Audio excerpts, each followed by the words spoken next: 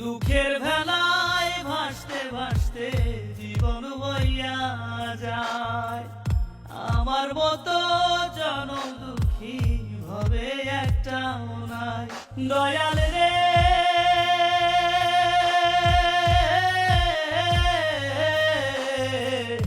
আমি শুধু তোমার কৃপা চাই।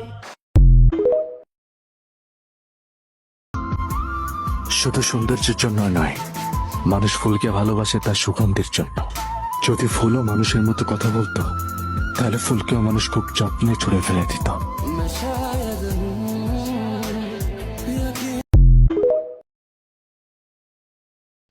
ব্যথা কখনো দেখানো যায় না, আবার কাউকে বোঝানোও যায় না, হোক সেটা শরীরের। জন্ম নেওয়াটাই আমার আজন্মের পাপ ছিল। তবে এই দেশে আমার মতো পাপীর সংখ্যা হাজারে হাজারে, লাখে লাখে।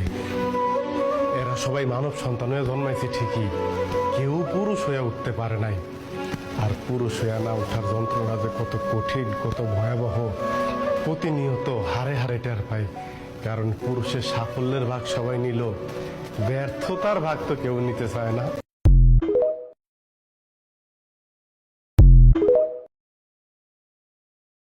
না আছে পরিবারের দিক থেকে শান্তি, না আছে অন্য মানুষের দিক দিয়া শান্তি।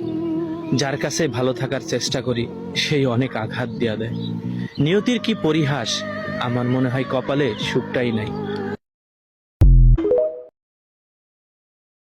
বিজ্ঞান বলে একজন প্রাপ্তবয়স্ক সুস্থ পুরুষ একবার সহবাস করলে যে পরিমাণ বীর্য নির্গত হয় তাতে 40 কোটির মতো শুক্রাণু থাকে। লজিক অনুসারে মেয়েদের গর্ভে যদি এই 40 কোটি পরিমাণ শুক্রাণু স্থান পেত, তাহলে 40 কোটি।